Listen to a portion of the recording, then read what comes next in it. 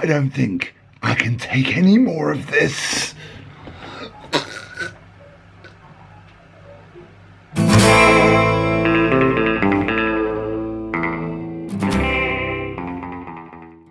Hi gang, it's Monday. I'm Mike. Welcome to Mike on Monday. Let's see what's been happening at West Ham this week.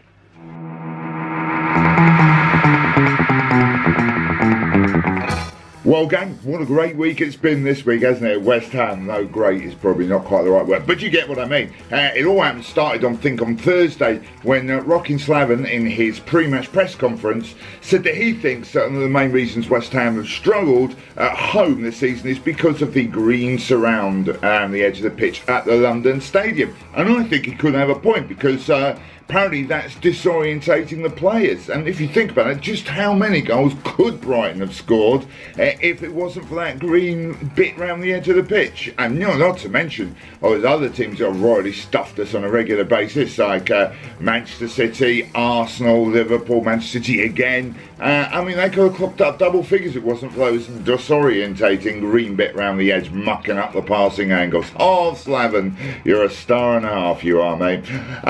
Match day came around, and that was exciting, wasn't it? I have never seen such a shocking display by West Ham team. But let's look on the bright side. Good, that's that covered. Now, the game itself's been covered many times on the Hammers Chat channel, and I don't really need to add to it. But I will just make a couple of points, and that is the formation, the line-up and the formation was very odd. I think it's on paper it's the line-up we wanted. People are arguing, was it a 4-3-3 or a 4-2-3-1 shape? This is the shape that my son thinks we were playing on Saturday. His name's Ivo, and he's 5, and I think he's probably got more sense on that bit of paper than Slaven managed on the pitch. Also, a lot of other people have commented that they're on various forums and channels that they think their grandmother could play better than Andre Ayew, who came on, or Arnautovic. And they might have a point, but I've got to tell you now, my grandmother was pretty good at football.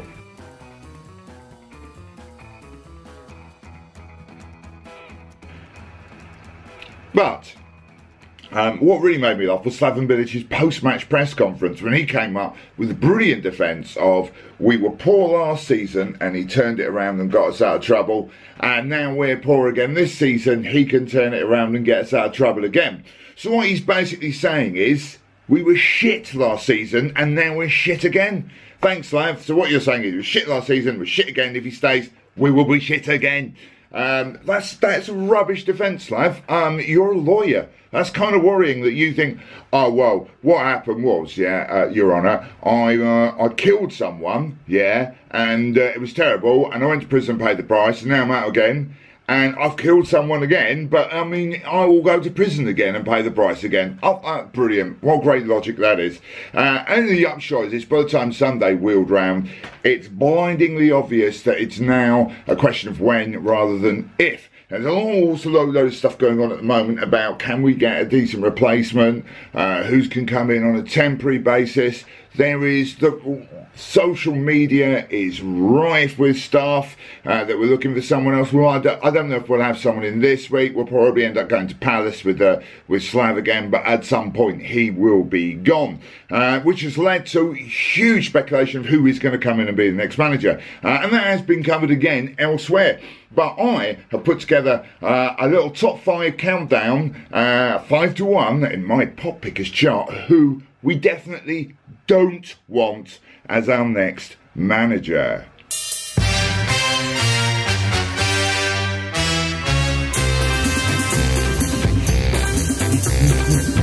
In at number 5, it's Lock Up Your Daughters and the Players' Wives, allegedly, Rockin' Alan Shagger Pardew. Yeah, we really don't need him in again, do we? Though, ironically and weirdly, he's my wife's favourite West Ham manager of recent modern times, which makes me wonder if they've ever actually met. That's quite weird, isn't it? Moving up on to number 4, it's the one and only, everyone's favourite Scottish nutcase, Gordon I'm Quite Mad Strachan. Just been fired by Scotland, and therefore he's free. Let's hope to God we don't get fired by him, because he is fucking mad. He is insane. The reason that Scotland didn't qualify is due to genetics, yeah, and apparently they're not very big Scottish people. Look, I'm not Scottish yet, and I am very big, but having said that, right, I haven't got Alzheimer's unlike Rockin' Gordon and can remember, I don't know, Duncan Ferguson at the drop of a hat. He was huge. Anyway, moving up number 3, and in 3rd place we've got everyone's favourite dictator of football, David Sullivan. Yeah, no, don't laugh. No, think about it. This is a guy who has total control of the club. He owns it, he's sporting director, and you know what? He's got a big enough ego to think, I'll be manager, I'll take over. What a nightmare that would be. Yeah, I don't know, that could happen. Moving up into 2nd place and number 2 in this week's top 5 people we don't want to manage West Ham. It's everyone's favourite weak and wobbly leader and Prime Minister, Theresa May. Yeah, she can't negotiate her way out of a paper bag, can she? And imagine just how bad she'd be trying to buy players from Europe when she can't even sit in the same room with anyone from there. So yeah, definitely don't want Theresa May in, and experienced leader though she is horrific. And at number 1, got to be 1st place in our chart of people we don't want to replace Slaven Bilic. It is Slaven Bilic. Yeah, because once he's been sacked by West Ham, he would of course be available on the market, no compensation needed. Got Premier League experience. You could just imagine us firing him and then finding out there's no one to replace him, and back comes rocking Slaven. So here you have it, people. 5 people we don't want to replace Slaven Bilic. Match day Friday. Friday is not a day for football, is it? But never mind, match day Friday. Was heaps of fun if it weren't for the dreadful game that's involved in the middle. Once again, great time on the boats. Lovely to meet so many of you, and lots of people coming up and telling me how much they like this show. So go to show just how many demented West Ham fans there are out there. Keeping it real, guys. Keeping it real. Do come up and say hi if you see me at some other games or whatever. Always a pleasure to chat to fellow Hammer fans and watchers of the Hammers Chat channel. There was a lot of drinking before the game. I ended up in the bat and ball after, just to drown some sorrow, and yeah, with some friends there. I had to John and Tone and various other people we met there. But a few people have been asking me questions over social media. I am on Twitter. Do feel free to get in touch. Should be on the screen here somewhere. WHU Mike, or Mike if you want to pronounce it, at WHU Mike. And do say hi, do subscribe or follow me, whatever the right word is. And do send in any questions you've got. And I've got a few to go through here. A little impromptu Q&A session with Mike. And here's the first one. From Hammermark17, just reading my notes. Where did I get my glasses? Nice and football relevant, these things. Well, quite good story actually. I don't know if you like the glasses or you just think they're horrific, by the way, Mark, but you know, thanks for the question anyway. These, well, weirdly actually, I actually found these in Hyde Park. Yeah, true fact, fans. They were just lying there on this bloke's face.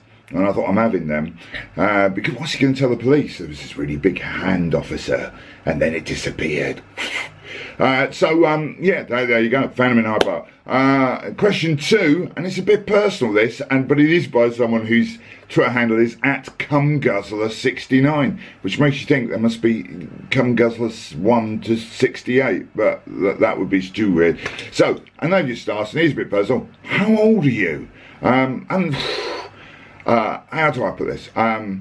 Some of you will be surprised to hear, not all of you, but some of you will be surprised to hear that I will be 60 in 14 years' time. I got you. No, seriously, how old am I? It's a bit of a personal question. I'm already going to answer it, but let's just say I have more memories than things that are going to happen.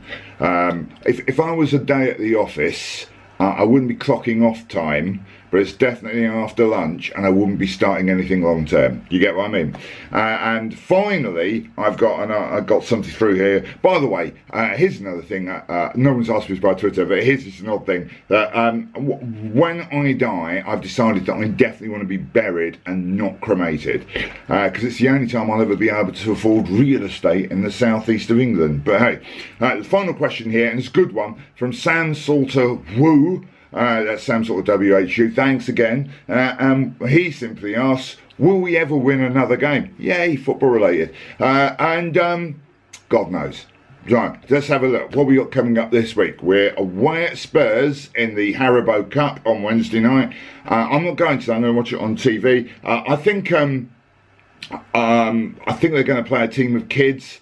I've got a feeling we'll have a mixture of youth and first team.